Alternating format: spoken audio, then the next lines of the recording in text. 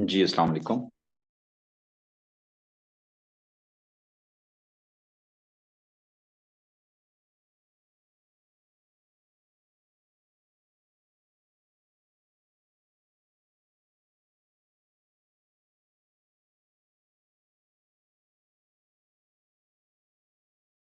And equality means treating rich and the poor in the same way.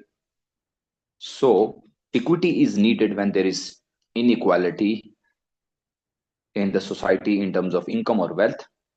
We have already done a chapter in AS, and that was also related to inequality and redistribution of income. So ये chapter कैसे start होता है हम इससे देखते हैं. So in the start he has differentiated these three things. Equity means fairness and treating poor and the rich in a different way, like giving more benefits to the poor and the rich ones taxed more and poor tax less. So in terms of equality, here rich and poor will be treated in the same way, 20% tax on the rich, 20% tax on the poor. And what is efficiency? Efficiency means like uh, you are using the scarce resources in best possible way. So this is what the three things are. Efficiency chapter is like 32, 33, in which we discuss efficiency, and in 33 chapter we discuss the market failure, absence of the absence of what we call uh, efficiency. Okay, so he has explained what is equity. Equity occurs if a society distributes its resources fairly among its people, like rich and poor. Distribution could be of income, government benefits, like benefit में क्या आ जाएगा, subsidy, and in terms of tax as well. Equity has two types. One is horizontal and one is vertical. If there are people earning 50,000, whether they are clerk, whether they are driver, whether they are admin officer or someone else, if they are on the same scale of income, they should be treated equally and taxed equally. If they are given benefits, so same benefits to everyone on the same scale. This is horizontal equity, where the consumers and others with the same circumstances should pay the same level of taxation. If there is a benefit, they will receive the same. If there is tax, they will pay it the same. This is horizontal equity. Vertical equity, like this. If someone is earning 50,000 per month, someone is earning 1 lakh, someone is earning 2 lakh. So higher the income, higher the tax. Simple as that. Vertical equity, where the tax should be fairly apportioned between the rich and the poor in our society, as I have explained you. The next, equality is not the same as equity. I have explained you already. And equality is about treating everyone in the same way. Equality aims to promote fairness. Yes, it can, but if everyone starts with the same level. But if there are differences, this person is there, this person is here in terms of income, this person is here, it means he should pay more tax, less and less. And if he is just fair, he should pay no tax. This is the point. But it can only work if everyone starts from the same position and so on. Okay. What is efficiency? I have explained already in section 32.1. We have done already. When scarce resources are being used efficiently and the maximum output is produced. Economic efficiency, key two types we have read. Economic efficiencies consist of two further efficiencies: productive efficiency, in which we are producing at the lowest average total cost, like this is lowest possible per unit cost. And the allocative efficiency. In allocative efficiency, those goods and services are produced which are demanded by the people. So he has mentioned it, the most wanted by the consumers. So when there is a market failure, means absence of economic efficiency. Then there is a requirement of the government to intervene and correct the market failure. But sometimes government fails. And we have done this, all these things in 32, 33, and 38 chapter. We have done this. Anyways, so what is government failure? Government failure, जब government को नहीं idea होता कि how much subsidy should be given, how much tax should be on different members of the society, so government fails. When policies used to promote efficiency do so, but also increase inequality. This situation can be found in the markets where there are negative production and consumption externality. जैसे मैं आपको बार बार links दे रहा हूं 32, 33, 32, 33. So our road pricing charges, for example, will reduce traffic congestion. But कितना tax लगाएं हम road के ऊपर? We don't know. Exact, like there is no like कोई measure नहीं है due to regressive nature. What is regressive nature of the tax? The tax which placed more burden on the poor, less on the rich. So देखो मेरी एक गाड़ी जा रही है on the road. It's a small car. वो भी same tax they. And there is another car that is Mercedes S class. अब S class और एक Suzuki की कार में difference है. How we can pay the same tax? That's the regressive nature of the tax.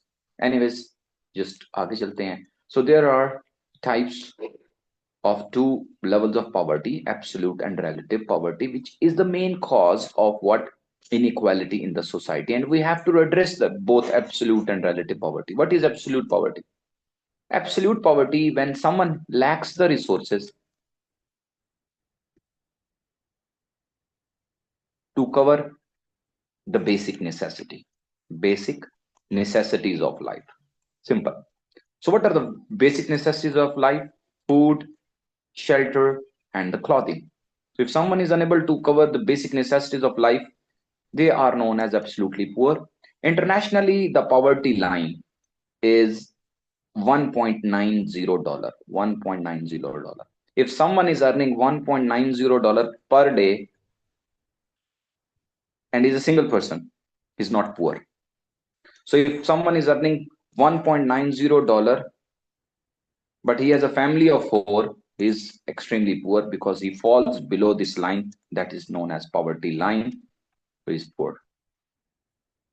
So extreme poverty is defined by the World Bank is that international poverty line of living less than $1.90 and so on. Okay, done.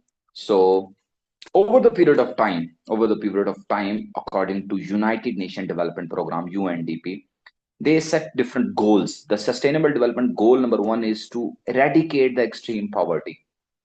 So yes, over the period of time in South Asia, in East Asia and Pacific, the absolute poverty is falling. As you can see that the level of the poverty is falling here. But the extreme poverty is increasing in Africa. It's increasing, and he will mention it in the below paragraph. And he has mentioned here that absolute poverty is in Africa, Ethiopia, Ghana, and so on.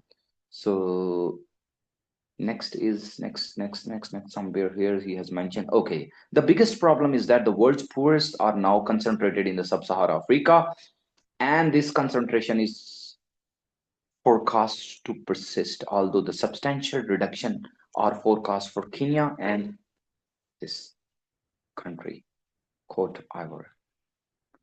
So absolute poverty is defined. ये further defined कैसे हुआ जी? Absolute poverty is defined by economists as being when household income is below certain level that makes it impossible for a person to family to meet the basic needs. I have already explained it. Okay, what is relative poverty? Relative poverty is a situation when someone is able to meet the basic necessities, but he lacks the income as compared to the society in which he is living. Let's suppose society की जगह you can place the country as well. Let's suppose on average society की जो average income है या country की पाकिस्तान की वो 50,000 per month, 50,000 rupees per month. If every family is earning like 50,000 per month, but one family is earning 30,000 and 40,000, so they are relatively poor. But in 30,000 they can cover up their basic necessities, but they are relatively poor. They can't like fulfill the quality of life. See, he has mentioned here. So just मैं एक थोड़ा सा इसका hint दे दूं. Relative poverty, as terms indicated, compares the income of the household with the average income of their country. If typically where this is the 50% or less than the average, the household is said to be poor. Like in my example, if the average of the society's income is 50,000 and someone is earning 25,000 or below it, like 20,000, they are extremely poor and they are unable to meet the like quality of life and like, yes, they can meet the basic necessities, but they can't maintain their standard of living as compared to the rest of the population. So how we can remove these problems? We have four options given in this chapter. It's a very good and important question, and it can like come in the paper like 20 marks ka सीधा सीधा question आ सकता है. So what are the policies towards equity and equality? First one is the mean tested benefits. So they have given some benefits type of solutions. Mean tested benefits are the benefits that will be given targeted to the poor who are identified as poor. The benefits are only paid to those on the low income. They are targeted directly to those who are seen to be most in need and they are trapped in a poverty trap. So no tax on them, financial helps to them, and this will like put them out of the poverty trap. This is mean tested benefit. Okay. Next is universal benefit. You will specify an area, any area like a whole village, and you will give all of them in living in a village the benefits. Even though there are some 10, 20 families that are like not in poverty, they are well off, but still it's for everyone. They are paid out of everyone in a certain category, often age related, regardless of their income and the wealth. The third benefit is the universal basic income.